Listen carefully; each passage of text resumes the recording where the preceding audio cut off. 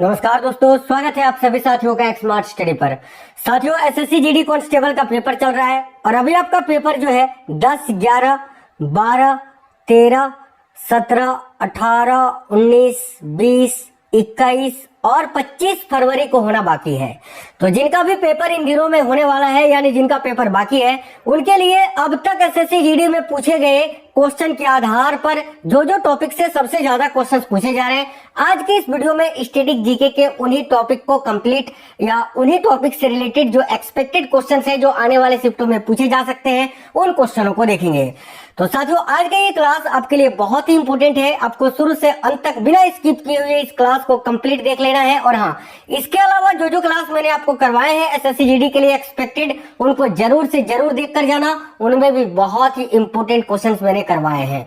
चलिए तो शुरू करते हैं, बिना देरी किए हुए देखते हैं क्वेश्चंस। आप सभी से रिक्वेस्ट है वीडियो को लाइक करना, क्लास पसंद आए तो अपने दोस्तों के साथ जरूर शेयर करना। पहला क्वेश्चन है, फीफा वर्ल्ड कप किस खेल से संबंधित है? ध्यान से देखिए, करेक्ट आंसर क्या होगा? तो भाई फीफा वर्ल्ड कप जो है ये साथियों फुटबॉल खेल से संबंधित है।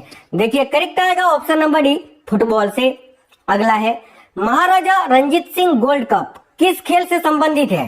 तो भाई महाराजा रंजीत सिंह गोल्ड कप जो है ये किस खेल से संबंधित है या किस खेल में दिया जाता है? करेक्ट आएगा ऑप्शन नंबर सी, हॉकी में। याद रखिए, महाराजा रंजीत सिंह गोल्ड कप किस खेल से संबंधित है? तो साथियों हॉकी से संबंधित है। करेक्ट आएगा ऑप्शन नंबर सी, हॉकी से। अगला है, अमृत दीवान कप। ये क्वेश्चन बहुत इंपॉर्टेंट है। देखिए, अमृत दीवान कप किस खेल से संबंधित है? तो भाई अमृत दीवान कप जो है ये साथियों किस खेल में दिया जाता है? तो भाई करेक्ट आएगा ऑप्शन नंबर ए, बैडमिंटन में दिया जाता है। साथियों याद रखेंगे, बैडमिंटन में। नेक्स्ट है, निम्नलिखित में से विषम खिलाड़ी कौन है? आपको चुनना है, छांट के निकालना है कि इनमें से कौन एक विषम खिलाड़ी है। देखिए, सचिन तेंदुलकर क्रिकेट से संबंधित है, सुनील गावस्कर क्रिकेट से संबंधित है, विजय हजारे जो कि एक ट्रॉफी है और ये पूर्व क्रिकेटर भी है जो कि क्रिकेट से ही संबंधित है। लेकिन नारायण कार्तिकेयन ये क्रिकेट से संबंधित नहीं है। नारायण कार्तिकेयन जो है ये किस खेल से संबंधित है? तो फॉर्मूला 1 कार रेसिंग से, फॉर्मूला 1 कार रेसिंग से संबंधित है नारायण कार्तिकेयन। तो इस क्वेश्चन में विषम खिलाड़ी कौन है? ये तीनों क्रिकेट से संबंधित है। ऑप्शन नंबर सी अलग है, तो यही आपका आंसर होगा, option number C. Next question है, देखिए, सगमुगम वेंकटेश निम्नलिखित में से किस खेल के उत्कृष्ट खिलाड़ी हैं? काफी महत्वपूर्ण प्रश्न है, याद रखिए। सगमुगम वेंकटेश जो है ये फुटबॉल के उत्कृष्ट खिलाड़ी हैं साथियों, फुटबॉल के। तो करेक्ट आएगा option number C, football. Very very important question है। इस टाइप के क्वेश्चन भर भर के पूछे जा रहे हैं। आगे नेक्स्ट है, निम्नलिखित में से कौन सा खिलाड़ी है जो बैडमिंटन से संबंधित नहीं है? तो भाई इनमें से कौन सा वो खिलाड़ी है जो साथियों बैडमिंटन से संबंधित नहीं है, ये पूछा जा रहा है। तो भाई देखिए करेक्ट आंसर क्या होगा साथियों? देखिए यहाँ बात करें नंदू नाटेकर, तो ये बैडमिंटन खेलते हैं। सैयद मोदी भी बैडमिंटन से संबंधित है, दीपू घोष भी बैडमिंटन से ही संबंधित है। लेकिन नरेश कुमार जो है ये साथियों टेनिस से संबंधित है। नरेश कुमार टेनिस से संबंधित है। लिएंडर पेस के बारे में पूछा जाता है कि लिएंडर पेस किस खेल से संबंधित है? तो याद रखना टेनिस से। बाकी नंदू नाटेकर, सैयद मोदी या दीपू घोष, इनके बारे में पूछे तो ये बैडमिंटन से संबंधित खिलाड़ी है, याद रखिएगा। आगे देखिए, साइना नेहवाल किस खेल से जुड़ी है? बहुत इंपोर्टेंट है। तो भाई साइना नेहवाल का संबंध किस खेल से है? देखिए करेक्ट आएगा बैडमिंटन से साथियों। ऑप्शन नंबर है बैडमिंटन। एक है सानिया मिर्जा जो कि टेनिस से संबंधित है और साइना नेहवाल एक अलग खिलाड़ी है जो कि बैडमिंटन से संबंधित है, याद रखिएगा। आगे देखिए, भाग्यश्री थिप्से का नाम किस खेल से जुड़ा है? साथियों देखिएगा, भाग्यश्री थिप्से का नाम किस खेल से जुड़ा है ये पूछा जा रहा है। तो भाई करेक्ट आएगा शतरंज से। भाग्यश्री थिप्से का नाम किस खेल से जुड़ा है? तो करेक्ट आएगा ऑप्शन नंबर सी, शतरंज से। टाइगर वुड, ये भी क्वेश्चन बड़ा पूछा जाता है। तो टाइगर वुड किस खेल से संबंधित है? देखिए टाइगर वुड जो है ये गोल्फर है, यानी गोल्फ से संबंधित खिलाड़ी है, गोल्फ खेलते हैं। तो ऑप्शन नंबर सी यहाँ करेक्ट आएगा, गोल्फ। नेक्स्ट जो क्वेश्चन है भारत में हरित क्रांति की शुरुआत के समय प्रधानमंत्री कौन थे? तो भाई भारत में जब हरित क्रांति की शुरुआत हुई थी उस समय प्रधानमंत्री कौन थे ये पूछा जा रहा है। देखिए करेक्ट आएगा लाल बहादुर शास्त्री, याद रखिए, काफी इंपोर्टेंट क्वेश्चन है ये। और अगर आपसे पूछे भारत में हरित क्रांति को किसने शुरू किया था, तो याद रखिए करेक्ट आंसर हो जाएगा साथियों किसने, तो एम.एस. स्वामीनाथन जी ने। और हरित क्रांति शुरुआत हुई थी 1965 से लेकर 68 के बीच में, याद रखेंगे सभी, ठीक है। आगे देखिए नेक्स्ट है, भारत में हरित क्रांति दिवस किस तिथि को मनाया जाता है। काफी इंपोर्टेंट क्वेश्चन है। तो भाई भारत में हरित क्रांति दिवस जो है ये किस तिथि को मनाया जाता है, ये आपसे पूछा जा रहा है। तो याद रखिएगा भारत में हरित क्रांति दिवस ये किस तिथि को मनाया जाता है, करेक्ट आएगा 25 मार्च को। ऑप्शन नंबर डी 25 मार्च करेक्ट है। भारत में हरित क्रांति के लाभ केवल किस तक सीमित थे, बताइए, कई बार मैंने पढ़ा है। देखिए भारत में हरित क्रांति के लाभ केवल गेहूं और चावल तक ही सीमित थे। ऑप्शन नंबर 1 गेहूं और चावल करेक्ट आंसर हो जाएगा। अगला 2011 की जनगणना के अनुसार भारत का कौन सा प्रदेश ऐसा है जहां स्त्रियों की संख्या पुरुषों से अधिक है। तो भाई 2011 की जनगणना के अनुसार भारत का कौन सा प्रदेश ऐसा है जहां स्त्रियों की संख्या पुरुषों से अधिक है। देखिए करेक्ट आएगा Kerala. Option number A Kerala correct है। भारत में 10 वर्षीय जनगणना विधिवत रूप से किस वर्ष से आरंभ हुई, बहुत इंपोर्टेंट क्वेश्चन है। तो भाई भारत में 10 वर्षीय जनगणना जो है विधिवत रूप से किस वर्ष में आरंभ हुई थी, तो 1881 से। किसके समय में, तो लॉर्ड रिपन के समय में, लॉर्ड रिपन के समय में, ठीक है। और अगर पूछे भारत में पहली बार जनगणना कब हुई थी, तो 1872 में। किसके समय में, लॉर्ड मेयो के शासनकाल में साथियों, याद रखेंगे। आगे देखिए निम्नलिखित में से किस एक राज्य में साक्षरता का स्तर सर्वोच्च है। इनमें से कौन सा राज्य है जिसमें साक्षरता सबसे अधिक है, तो देखिए मिजोरम करेक्ट होगा। क्योंकि साथियों देखिए भारत में सबसे अधिक साक्षर राज्य है केरल और दूसरा सबसे साक्षर राज्य है मिजोरम। तो यहाँ केरल तो ऑप्शन में नहीं है, तो मिजोरम आंसर होगा। नेक्स्ट है, भारत में शास्त्रीय नृत्यों के कितने प्रकार पाए जाते हैं, तो मैं भारत में कुल 8 प्रकार के शास्त्रीय नृत्य पाए जाते हैं साथियों। ऑप्शन नंबर बी करेक्ट होगा 8। आप पूछोगे सर 8 में से कौन कौन से हैं, नाम बता दीजिए। तो एक तो आपका कुचिपुड़ी है जो आंध्र प्रदेश का है साथियों, ठीक है। कथकली और मोहिनीअट्टम ये दोनों आपका केरल का है, ठीक है। एक हो गया आपका भारतनाट्यम जो कि साथियों तमिलनाडु का है। ओडिसी उड़ीसा का है। इसके अलावा कथक उत्तर प्रदेश या उत्तर भारत का है। मणिपुरी ये मणिपुर राज्य का है। और एक है सत्रिया जो है ये आपका असम का है। याद रखेंगे ये 8 शास्त्रीय नृत्य हैं। आगे देखिए निम्नलिखित में से कौन एक उत्तर भारतीय नृत्य है, तो देखिए 8 शास्त्रीय नृत्य में से जो कथक है ना साथियों, ये उत्तर भारत का शास्त्रीय नृत्य है। तो करेक्ट आएगा ऑप्शन नंबर 1 कथक, आपको यहाँ याद रखना है। नेक्स्ट है, निम्नलिखित में से कौन सुमेलित नहीं है, यानी इनमें से कौन सा एक जोड़ा गलत है, ये आपको चुनना है। तो भाई देखिए कौन सुमेलित है, माफी चाहते हैं, यानी 3 गलत है, 1 सही है, वही आपको चुनना है। तो भारतनाट्यम तमिलनाडु का है, आंध्र प्रदेश लिखा है, ये गलत हो गया। कुचिपुड़ी आंध्र प्रदेश का है, यहाँ आपका मध्य प्रदेश लिखा है, गलत हो गया। कथकली केरल का है, ये सही है। कथक उत्तर भारत का है या उत्तर प्रदेश होता है, यहाँ तमिलनाडु लिखा है, ये भी गलत है। तो केवल ऑप्शन नंबर सी करेक्ट हो जाएगा। आगे देखिए बौद्धों द्वारा, देखिए बहुत ही इंपोर्टेंट क्वेश्चन है, बौद्धों द्वारा बुरी आत्माओं से बचने के लिए किया जाने वाला नृत्य हिमाचल प्रदेश का एक नृत्य रूप है, जो कि कौन सा है, यानी आपको बताना है कि इनमें से कौन सा एक नृत्य है जो बौद्ध धर्म के लोग द्वारा बुरी आत्माओं से बचने के लिए किया जाता है। और वह जो नृत्य है वह हिमाचल प्रदेश राज्य का एक लोक नृत्य है। तो देखो यहाँ आपका करेक्ट आंसर होगा ऑप्शन नंबर ए छम। साथियों ये जो छम नृत्य है ये हिमाचल प्रदेश राज्य का नृत्य रूप है, याद रखना पहला पॉइंट। दूसरा, ये बौद्धों द्वारा बुरी आत्माओं से बचने के लिए किया जाने वाला लोक नृत्य है। चलिए नेक्स्ट क्वेश्चन देखते हैं। थोड़ा देखिए, थोड़ा खेल नृत्य निम्नलिखित में से किस राज्य से संबंधित है, तो भाई थोड़ा जो है ना साथियों, थोड़ा खेल नृत्य ये भी हिमाचल प्रदेश राज्य का ही नृत्य रूप है, याद रखेंगे ऑप्शन नंबर डी। अगला है, इनमें से कौन सा एक सिक्किम का एक समूह लोक नृत्य है जिसे सिक्किमी लोगों के संरक्षक आराध्य माउंट कंचनजंगा के सम्मान में प्रस्तुत किया जाता है। वेरी वेरी इंपोर्टेंट क्वेश्चन है। तो बताइए इनमें से कौन सा एक सिक्किमी लोगों का या सिक्किमी समूह का एक लोक नृत्य है और जो कंचनजंगा के सम्मान में प्रस्तुत किया जाता है। तो याद रखिएगा चूफाट नृत्य। यह क्वेश्चन ऐसे भी पूछा जा सकता है बड़े लैंग्वेज में, या डायरेक्ट भी पूछा जा सकता है कि चूफाट किस राज्य का लोक नृत्य है। तो क्या आंसर बताओगे, सिक्किम का। क्लास अगर पसंद आ रहा है तो वीडियो को लाइक करना।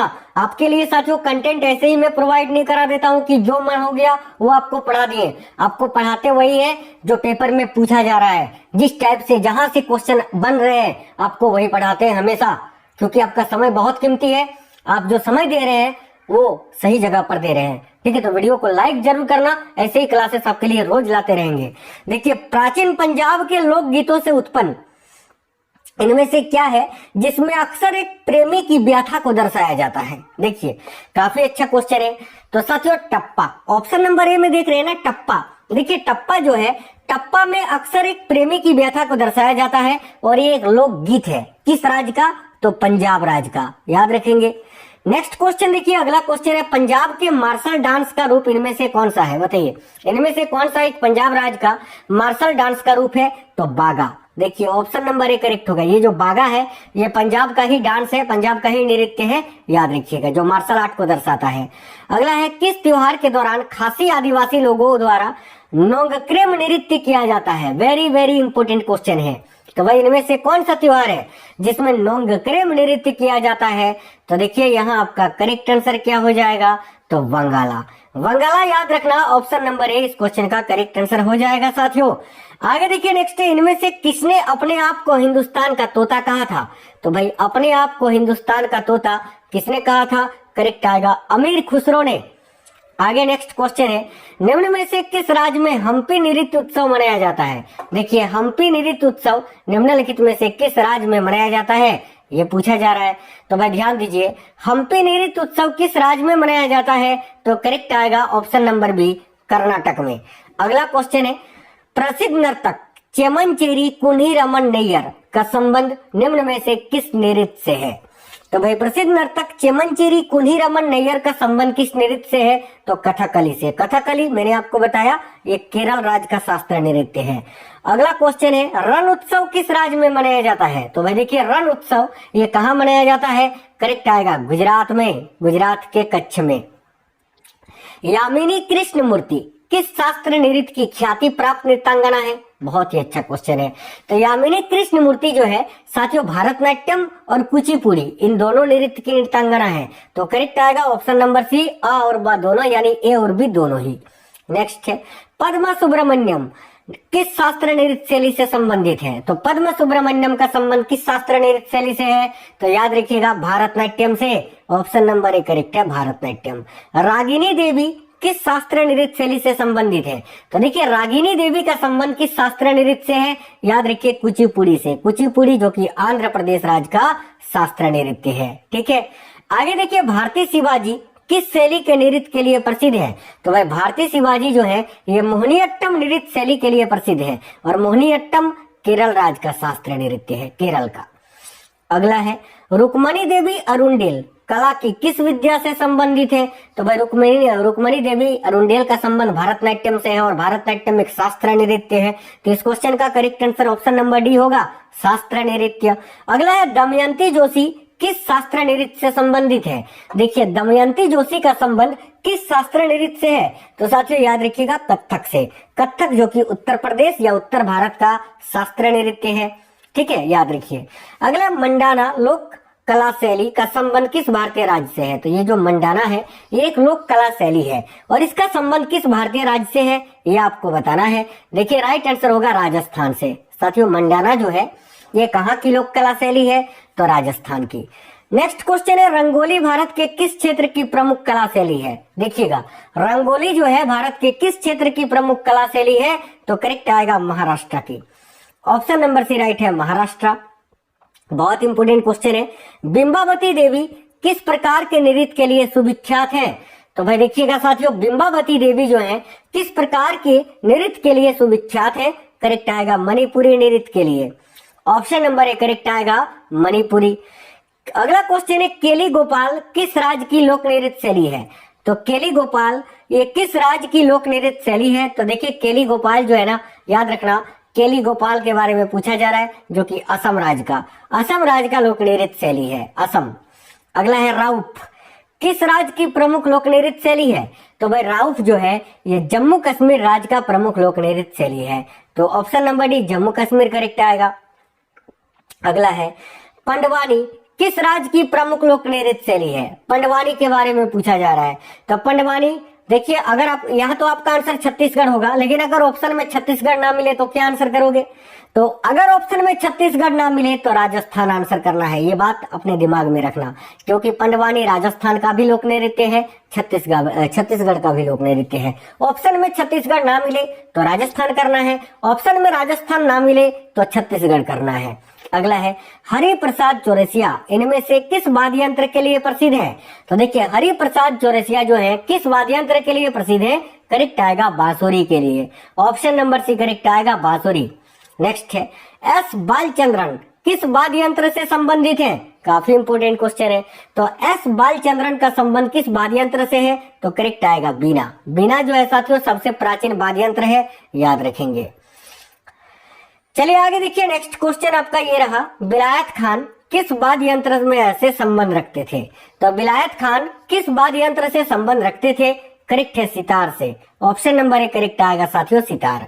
अगला बीबी सुब्रमण्यम कौन सा वाद्य यंत्र बजाते थे? काफी इंपोर्टेंट क्वेश्चन है, तब याद रखिए बीबी सुब्रमण्यम कौन सा वाद्य यंत्र बजाते थे? तो देखिए करेक्ट आएगा वायलिन। राइट आएगा option number D violin. Zakir Hussain कौन सा वाद्य यंत्र बजाते थे? तो साथियों देखिए, जाकिर हुसैन कौन सा वाद्य यंत्र बजाते थे? तो तबला। याद रखना, जाकिर हुसैन का भी हाल ही में निधन भी हो गया है साथियों, ठीक है, हाल ही में इनका निधन भी हो गया है। नेक्स्ट है लतीफ खां का संबंध किस वाद्य यंत्र से है? तो भाई देखिए, लतीफ खां का संबंध भी तबला से ही है। ऑप्शन नंबर बी करेक्ट आएगा तबला, याद रखेंगे सभी। नेक्स्ट है भारत की प्रथम पंचवर्षीय योजना किस मॉडल पर आधारित थी? देखिए, भारत की जो पहली पंचवर्षीय योजना थी जो कि 1951 को चली थी, 56 तक ये शुरू हुई थी, 51 से 56 तक चली थी। इसका मुख्य उद्देश्य था कृषि विकास। याद रखना, कृषि विकास मुख्य उद्देश्य था, ठीक है। और ये किस मॉडल पर आधारित थी? तो हेरोड डोमर मॉडल पर। Option number B Mahalanobis model पर द्वितीय पंचवर्षीय योजना आधारित थी, ये भी याद रखना। आगे देखिए, किस पंचवर्षीय योजना के दौरान भारत ने गरीबी हटाओ का नारा दिया था? तो गरीबी हटाओ का नारा 5वीं पंचवर्षीय योजना के समय दिया गया था, जिस समय प्रधानमंत्री इंदिरा गांधी जी थी, और ये 1974 में शुरू हुआ था, जो कि एक साल पहले ही यानी 78 में समाप्त हो गया था, याद रखना। अगला है हाल ही में आयोजित हुए एशियन गेम्स 2023 में भारत ने कुल कितने पदक जीते? तो भाई एशियन गेम्स 2023 में भारत ने कुल 107 पदक जीते थे, याद रखिएगा। ऑप्शन नंबर 20 क्वेश्चन का करेक्ट आंसर होगा। अगला क्वेश्चन है किस हॉकी टीम ने वुमेन्स एशियन चैंपियंस ट्रॉफी 2023 का खिताब जीता है? वेरी वेरी इंपोर्टेंट क्वेश्चन है। तो किस हॉकी टीम ने वुमेन्स एशियन चैंपियंस ट्रॉफी 2023 का खिताब जीता है? याद रखिएगा भारत ने। राइट है साथियों, ऑप्शन नंबर ए भारत। चलिए एक क्वेश्चन होमवर्क का है, इसका आंसर कमेंट बॉक्स में बताइए कि गौतम बुद्ध का वास्तविक नाम क्या था? सिद्धार्थ, नरेंद्र, देवदत्त या विशाल दत्त? चारों में से कोई एक आंसर है। आप सभी साथी इस क्वेश्चन का आंसर बिल्कुल कमेंट बॉक्स में बताएंगे। साथ ही में ये जरूर बताइए कि आपको आज का ये क्लास कैसा लगा है, क्वेश्चंस कैसे थे, ठीक है। मिलेंगे आपसे नेक्स्ट वीडियो में, तब तक बिल्कुल स्वस्थ रहें। जय हिंद साथियों, वंदे मातरम।